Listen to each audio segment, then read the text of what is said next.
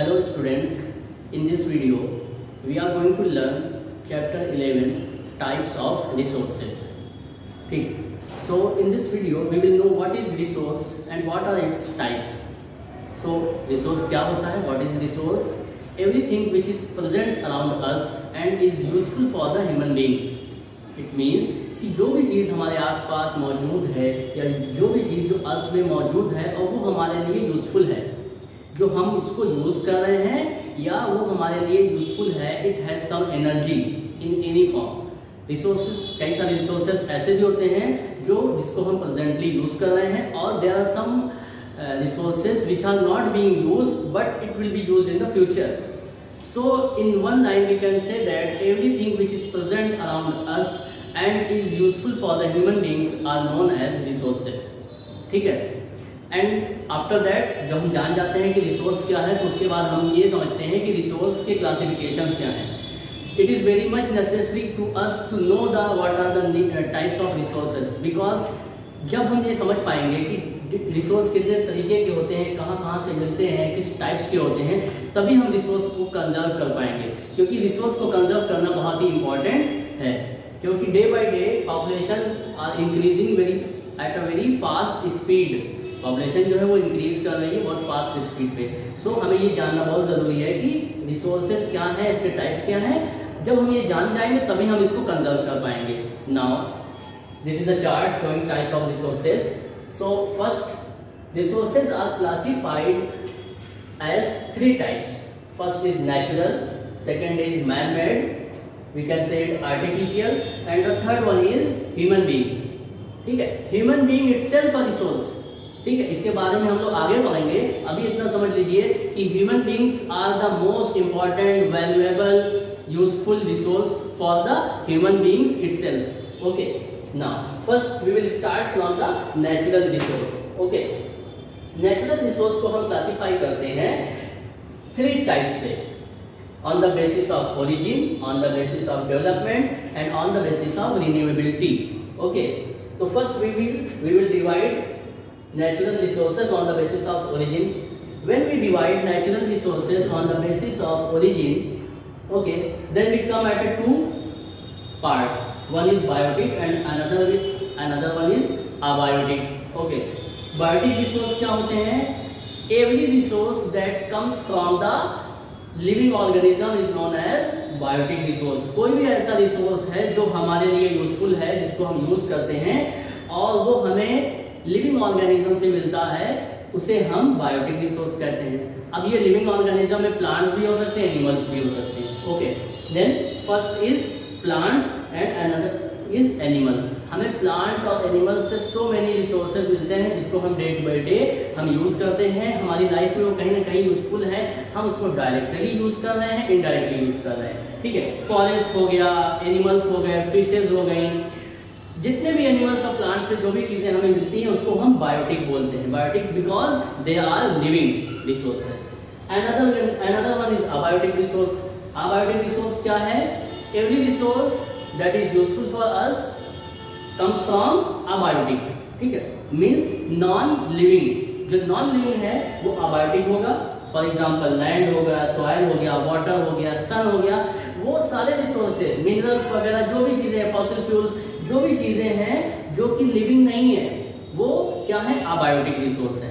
Okay, so अब हमने समझ पाए हैं कि on the basis of origin 2 types के रिसोर्स होते हैं, बायोटिक और अबायोटिक.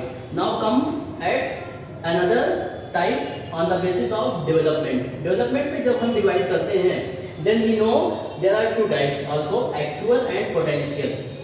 एक्चुअल और पोटेंशियल में वर्ड से ही समझ में आता है कि एक्चुअल क्या है? Those resources which are still being used by the human beings is known as actual resource.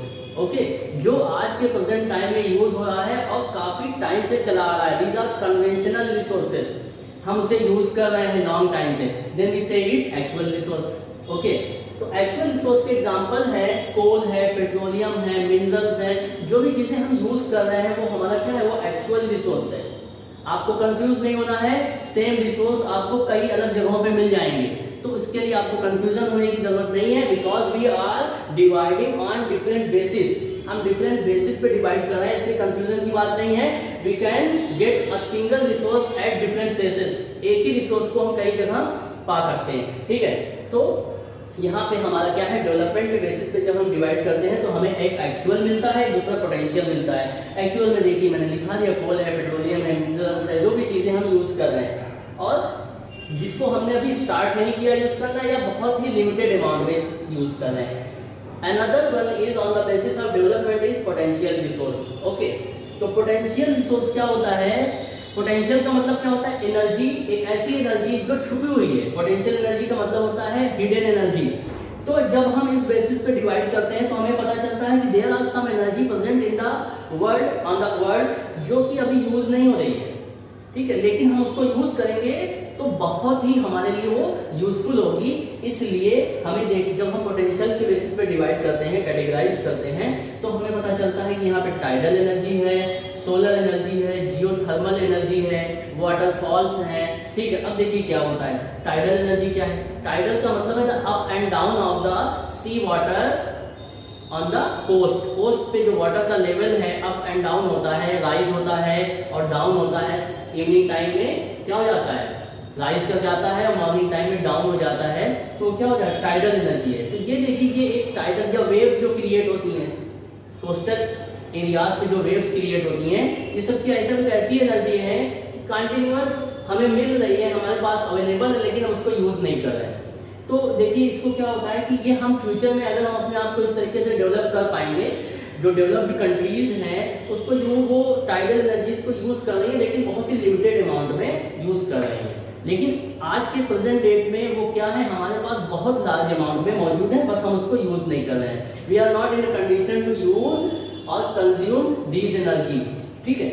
Now come to solar energy. Solar energy में देखिए क्या है, सोलर एनर्जी सन रेज जो है एक लार्ज अमाउंट में हीट प्रोड्यूस करती हैं, उसको हम यूज कर सकते हैं डिफरेंट पर्पसेस में, ठीक है। आप लोग जानते भी हो कुछ चीजें, सोलर एनर्जी को सोलर सेल होता है, सोलर कुकर होता है, सोलर पैनल होता है, जिसके थ्रू इलेक्ट्रिसिटी प्रोड्यूस कराई जाती है, ठीक है।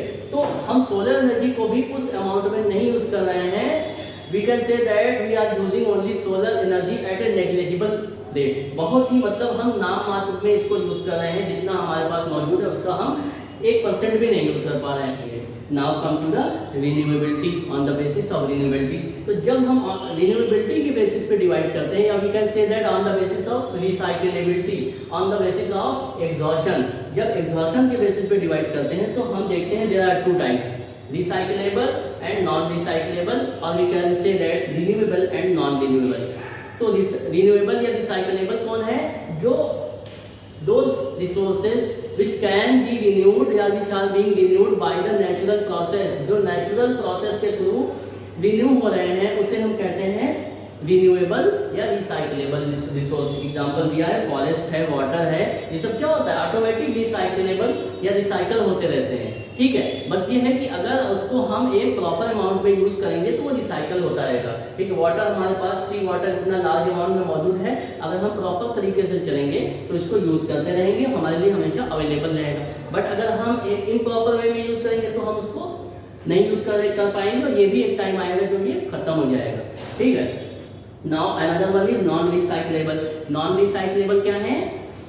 जो नेचुरल प्रोसेस के थ्रू रिसाइकल नहीं हो सकते हैं, those resources which are not being recycled due to the या with the help of any natural process, जो कि नेचुरल प्रोसेस के थ्रू रिसाइकल नहीं होते, वो क्या है, हमारे नॉन रिन्यूएबल है, नॉन रिसाइक्लेबल है। इसको हम ये इस तरीके से भी कह सकते हैं कि ये रिसाइकल अगर होते हैं तो इसमें बहुत ज़्यादा टाइम लगता है, एक मिलियंस ऑफ ईयर में। जैसे आप एग्जांपल देख लीजिए, मिनरल्स है, ओवर्स है, फॉसिल फ्यूल्स, कोल्स, तो फॉसिल फ्यूल्स, कोल्स जो है इनको बनने में मिलियंस ऑफ ईयर लगते हैं। तो in general we can say that those resources which can not be recycled without any natural process, or it takes a millions of years to recycle, then we can say these are renewable resources. Non-renewable resources examples are minerals, coals. Okay. तो हमें now we have known what are natural resources. Now come to another one is man-made or artificial resource. Man-made और artificial resource का मतलब क्या होता है? Those resources which are developed by the human beings. जिसको human beings ने develop किया है। आप अपने आसपास जितनी भी चीजें अपनी लाइफ में देखते हैं जिसको ह्यूमन बींग्स ने डेवलप किया, वो क्या है? हमारा ह्यूमन मेड रिसोर्स है। Whether it is building, house, home, road, train, aeroplane, mobile, technology, services, हर वो चीज जिसको ह्यूमन बींग्स ने अपनी एजुकेशन से, अपनी स्किल से, अपनी नॉलेज से डेवलप किया है, उसे हम मैन मेड या आर्टिफिशियल रिसोर्स कहते हैं। इट्स वेरी सिंपल, ठीक है। इवन कॉन्स्टिट्यूशन, गवर्नमेंट, ऑर्गेनाइजेशन जो हमें दिखता नहीं है, ठीक है, कॉन्स्टिट्यूशन हमें नहीं दिखता है, ठीक है, या गवर्नमेंट हमें दिखती नहीं है, लेकिन गवर्नमेंट वर्क करती है, रूल्स एंड रेगुलेशंस, ठीक है, these are also man made और artificial resource. Now come to the third one is human beings और ह्यूमन रिसोर्स। ह्यूमन रिसोर्स क्या है?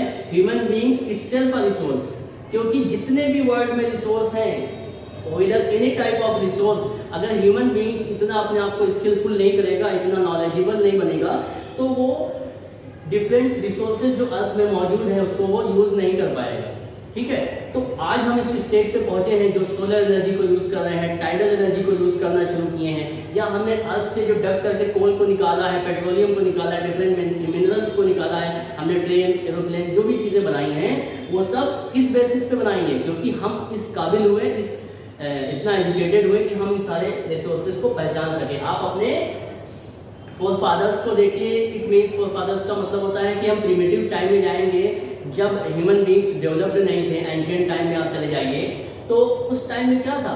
We were just like animals. जब हम हंटिंग करते थे, गैदरिंग करते थे, तो उस टाइम पे कोई भी रिसोर्स यूज नहीं होता था, ठीक है। तो इसलिए जो है human beings are the most important and valuable resource, ठीक है।